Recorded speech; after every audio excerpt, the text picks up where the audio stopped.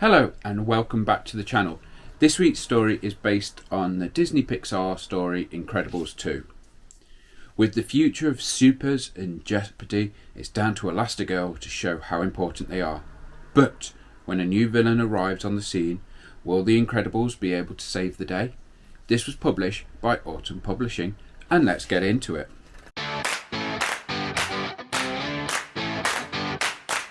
One day in Municiberg, a supervillain called the Underminer was using his tunneler to steal money from all the banks.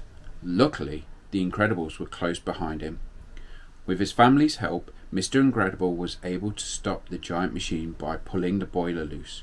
The machine grinded to a halt just inches from City Hall. Unfortunately, despite saving the city, the Incredibles weren't able to catch the Underminer. The villain had got away in an escape pod. The Incredibles were blamed for the damage to the city and reminded that supers were illegal.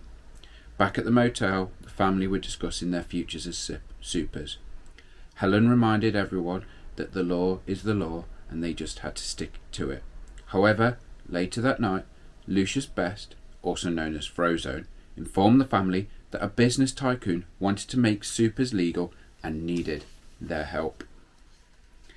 That same night, Mr. Incredible, Elastigirl and Frozone arrived at a massive company called DevTech, which was owned by Winston Dever and his sister Evelyn.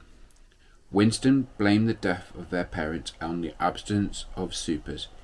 He wanted the public to see the supers in action.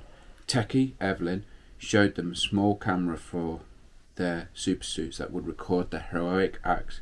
It was then announced that the first mission would go to Elastigirl. Back at the motel, Helen was reluctant to accept the job, but with her husband's support, she accepted Winston's offer. The next day, the Parrs were taken to their lavish new home. Helen found a brand new supersuit and an all-electric Elasticycle left for her by Winston and Evelyn. "You'll be great," said Bob to his wife as she jumped on her new bike. "I will be great, and so will you," replied Helen, before zooming off to the airport where the Devers were waiting for her. At the airport, Winston explained Elastigirl's first mission would take him to the city of New Umbrum. The following morning, Bob explained to Violet and Dash that their mum had left for a new job. This didn't make sense to Violet.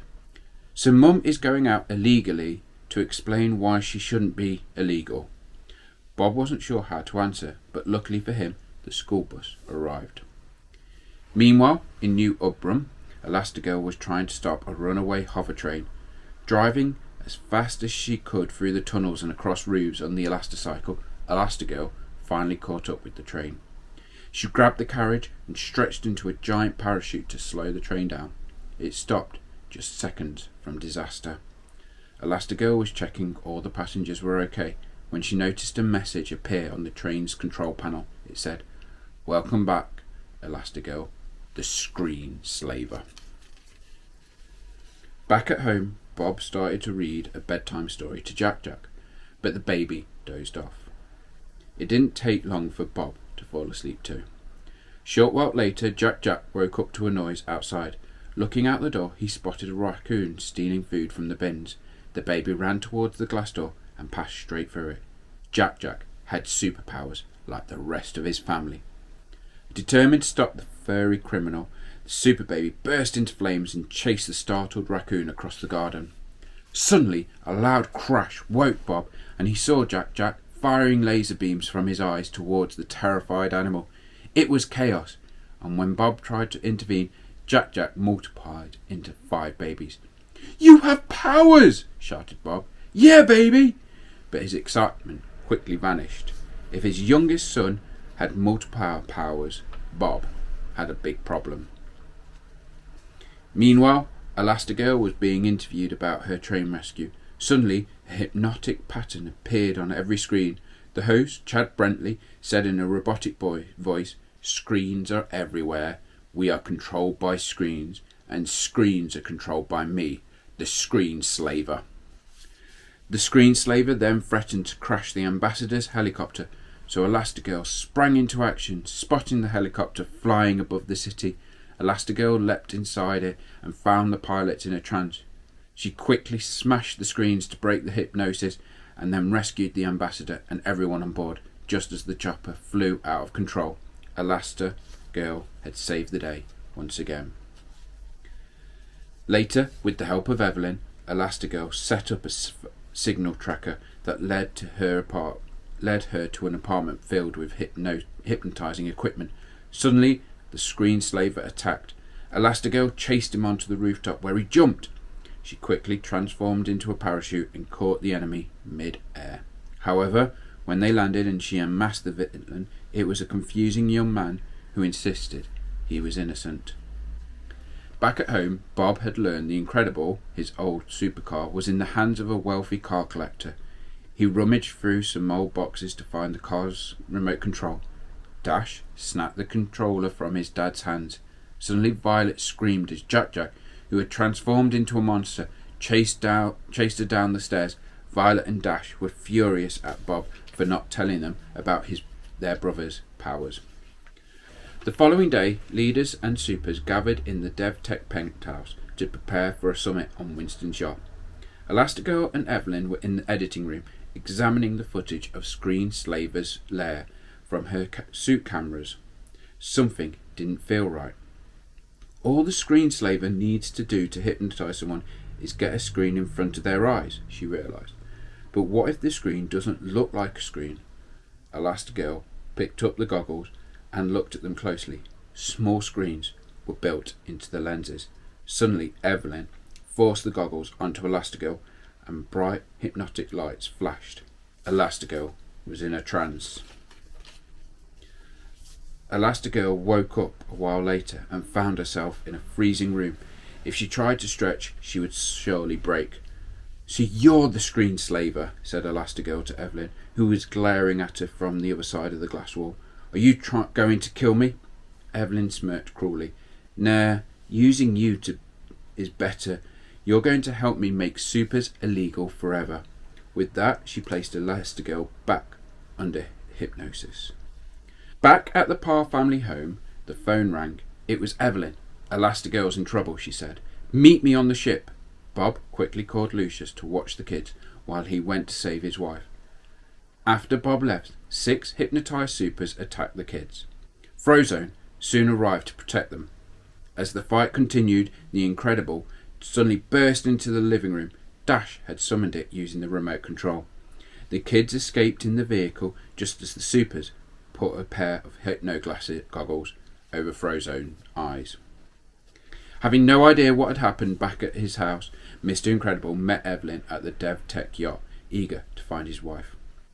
As Evelyn led him to the ballroom, Elastigirl suddenly appeared and pounced on her husband.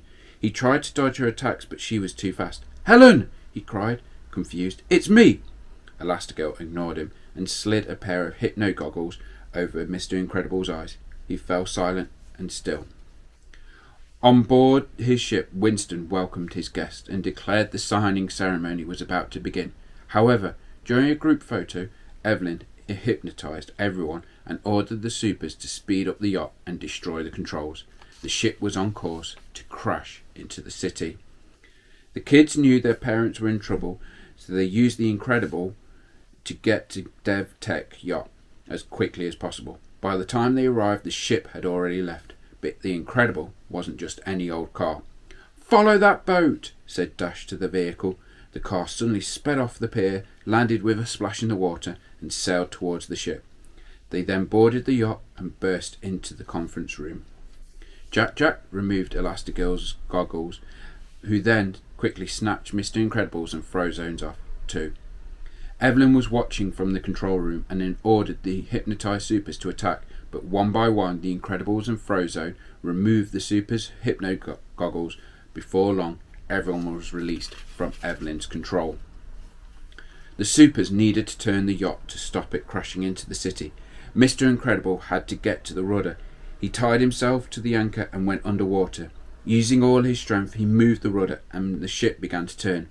Meanwhile, Evelyn tried to escape in a jet, but Elastigirl entered the cockpit just as the plane took off. As the jet flew higher and higher. Elastigirl was struggling to breathe. She grabbed a flare gun and shot it at Evelyn's oxygen tank, which ruptured and hurled the villain through the windshield. Elastigirl jumped after her, and before they could hit the ocean below, Void, one of the supers, created a portal that allowed them to land on the deck of the yacht. Just before it came to a grinding halt in front of the city, finally the real screenslaver was arrested and the city was saved. The public were grateful to the supers, and once again they recognised as heroes. A judge thanked them for their extraordinary service and restored their legal status. Driving along in the Incrediwagon, the Incredibles were ready to take on anything that came their way, and they would do so together as a family. And that was the story of The Incredible 2, retold by Autumn Publishing. Thanks for watching this video. Like, share, subscribe and support the channel however you can, and I will see you real soon.